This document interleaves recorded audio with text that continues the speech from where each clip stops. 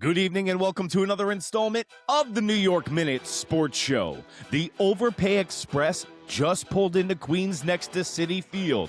Bo Bichette, 3 years, $126 million. And why this contract will be just like Jacoby Ellsbury. It's New York Minute Sports. It's New York Sports for New York Nuts. Don't forget to like. Don't forget to subscribe. The off-season's heating up, folks. Let's go! It's New York Minute Sports. Well, there you have it, folks. Welcome to another installment of the New York Minute Sports Show. The Overpay Express keeps going on, chugging along. They're giving Kyle Tucker $60 million. I don't know what planet you live on, but if you think Kyle Tucker should make $20 million more than Aaron Judge, I got a bridge to sell you in Brooklyn. Listen, man, this might be the right move for the New York Mets at the time, and you might have a desperate owner in Steve Cohen when he missed out on Kyle Tucker. I thought the pivot was going to be for Cody Bellinger, and the night is still young. But the Mets go out and they overpay for Bo Bichette. 3 years, $126 million. And guess what?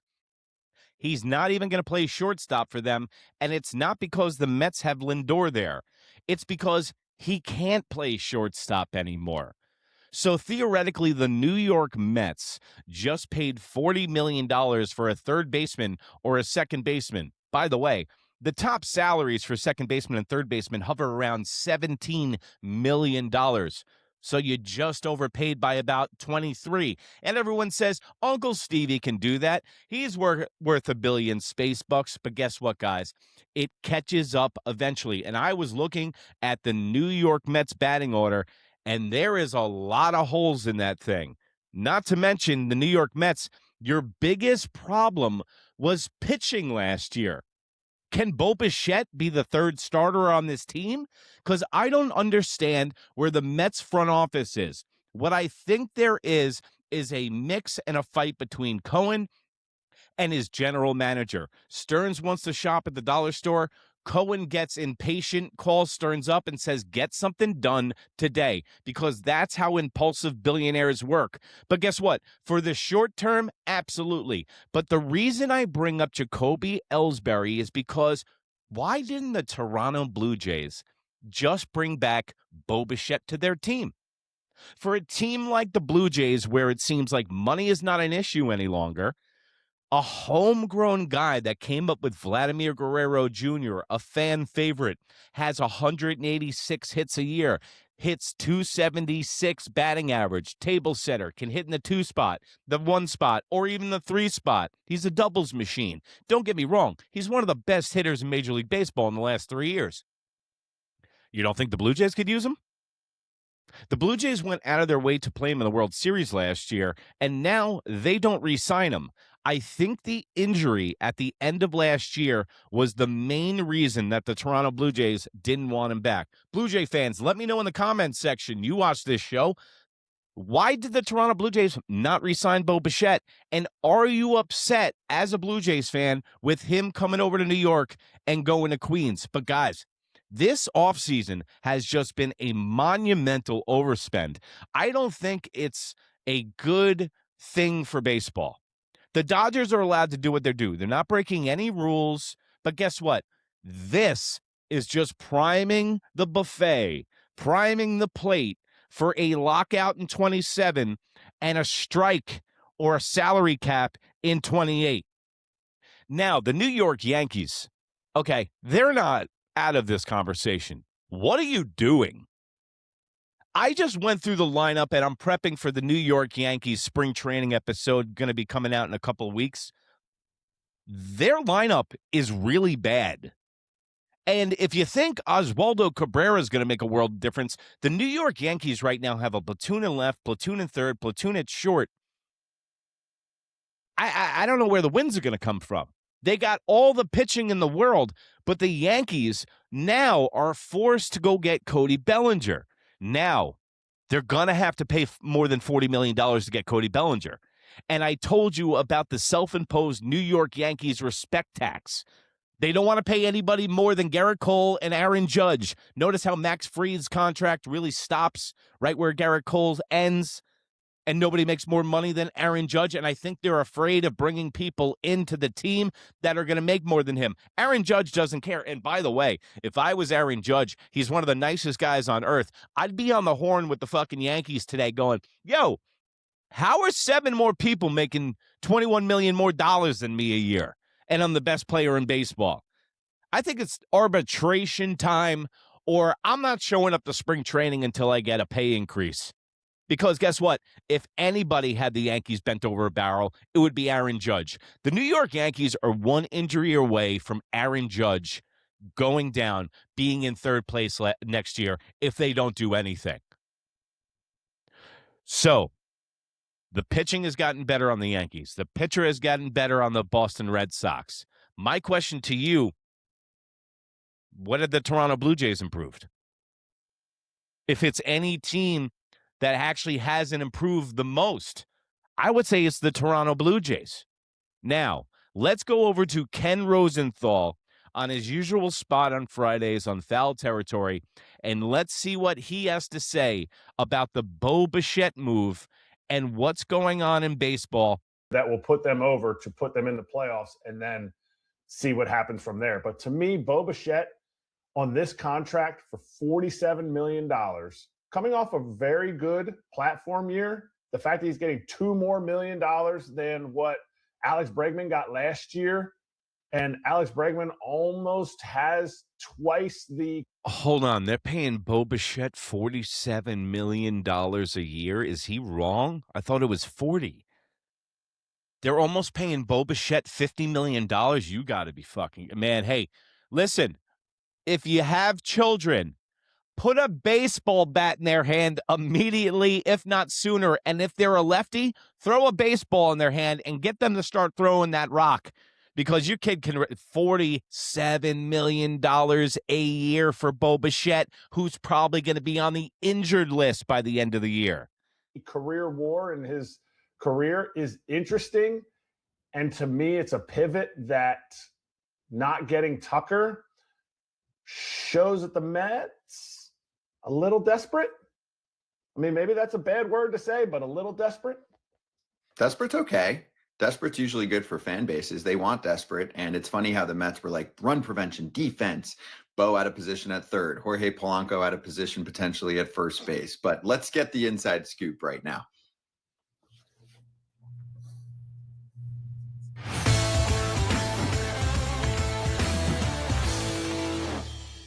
Wow, it's the winter meetings this week. Who knew? Ken Rosenthal, FT Senior Insider, with us right now. Your reaction to Bo Bichette landing with the Mets and the fit? I was a little bit of surprised for sure. I think we all were, but I understand what the Mets are doing. And certainly we saw the Red Sox pivot after they lost Bregman. They signed Ranger Suarez, the Mets pivoting here.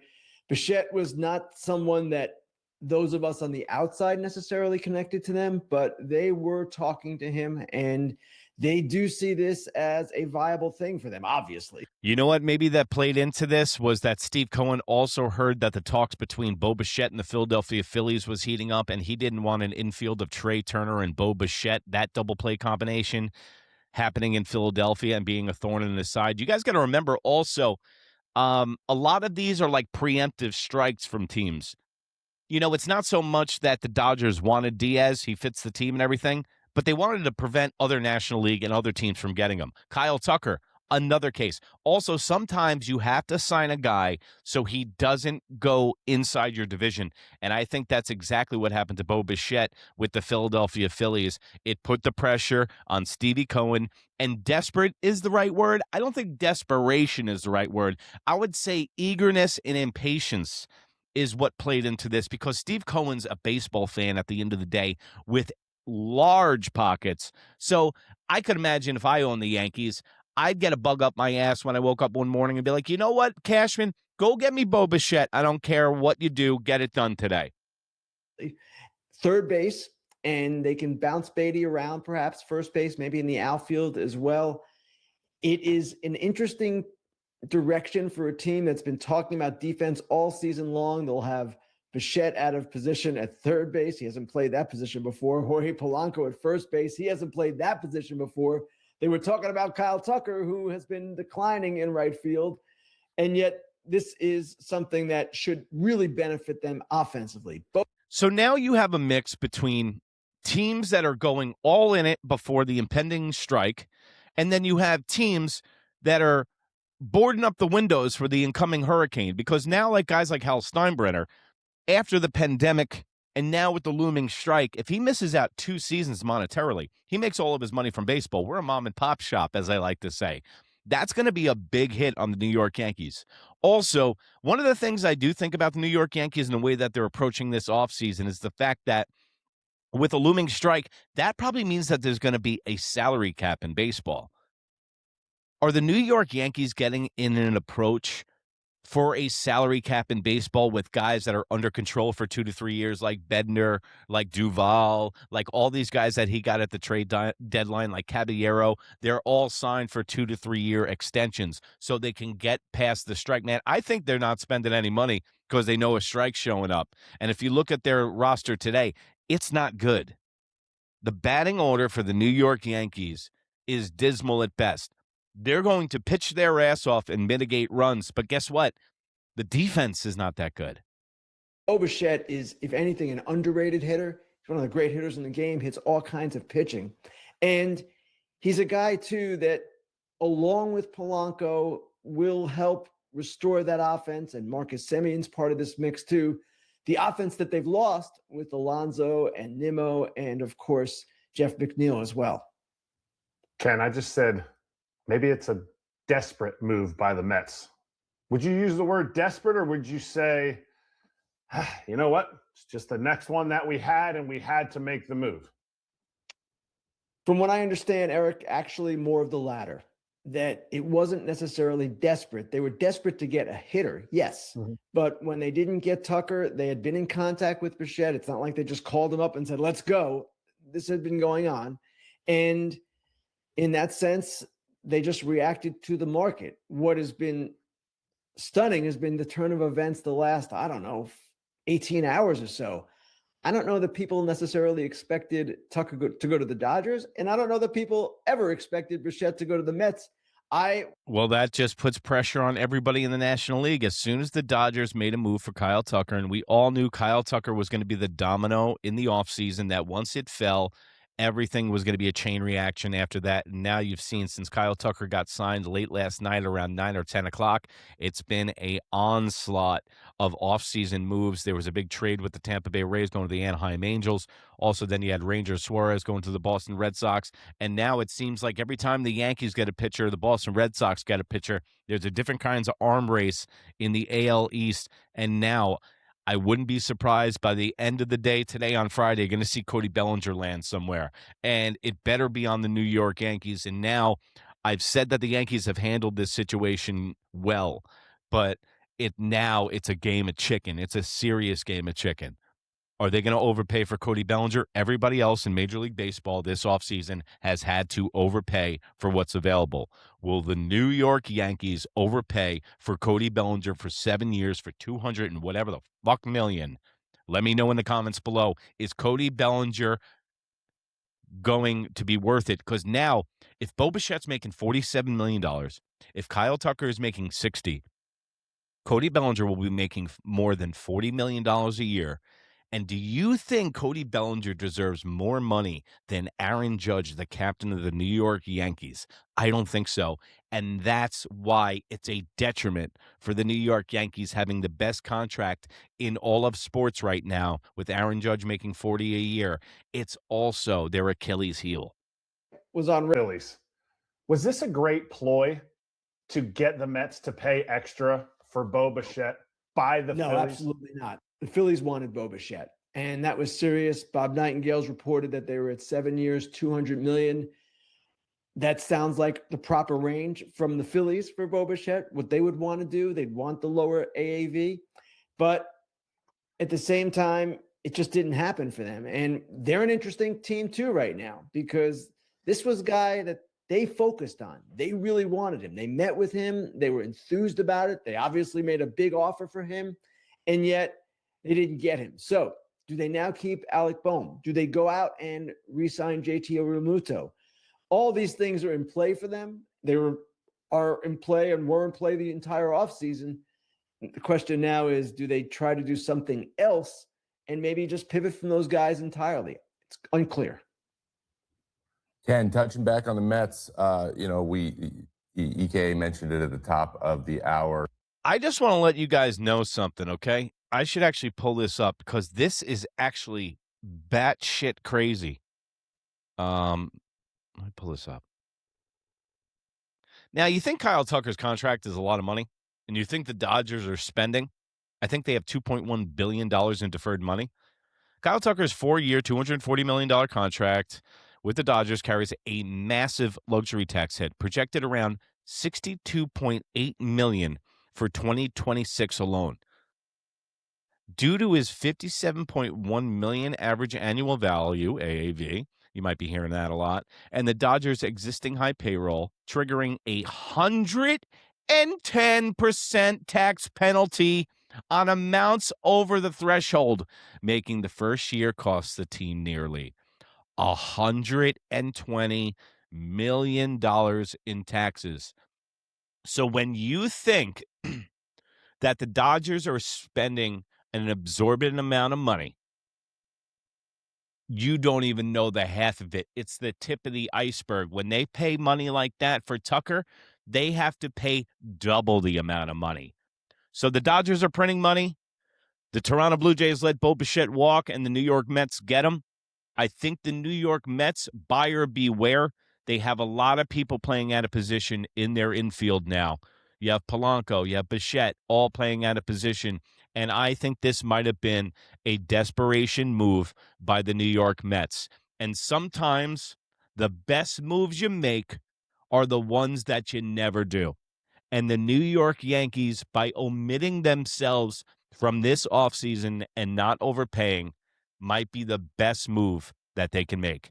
Now, the best move you can make is going over to New York Minute, NEWYRKMIN on Instagram, or right here on YouTube. New York Minute Sports. It's New York sports for New York Nuts. And thank you for the support. Thank you for all the views. Even in the slow off season, you guys have supported me. And for that, I truly appreciate it, guys. Just want to let you know a little show announcement. On Mondays with Mike from Pudgy Boy Sports, you might have seen him on my show. He does a really great job with the Mets and the Knicks and the Giants. We're going to be doing a Monday baseball extravaganza show where you're going to be able to interact, call in, and we're going to be answering questions, emails, the whole thing. I'll have more information. We're working out the details. But this season, for the last year of the NL East and the last year of the AL East before the strike, me and Mike from Pudgy Boy Sports and right here, New York Minute Sports, is going to be breaking down everything baseball. Hit that notification button, man. Know when we're going to be coming out with stuff. Don't forget to like. Don't forget to subscribe. And if you want a good laugh, check out the New York Nuts Sports Show. We do it on Thursday with Playoff Patty, where we're talking some wild shit. We just drafted the World Baseball Classic team with 80s and 90s action heroes, superstars, and icons. And chaos ensues and the laughs ensue. Guys, just remember, if you can't be good, be bad, baby. Good night, Canada. Goodbye, Bo Bichette. And good luck, New York Mets. If I could speak. Bye. Hello, my baby. Hello, my darling. Hello, my ragtime gal. Baby, my heart's on fire.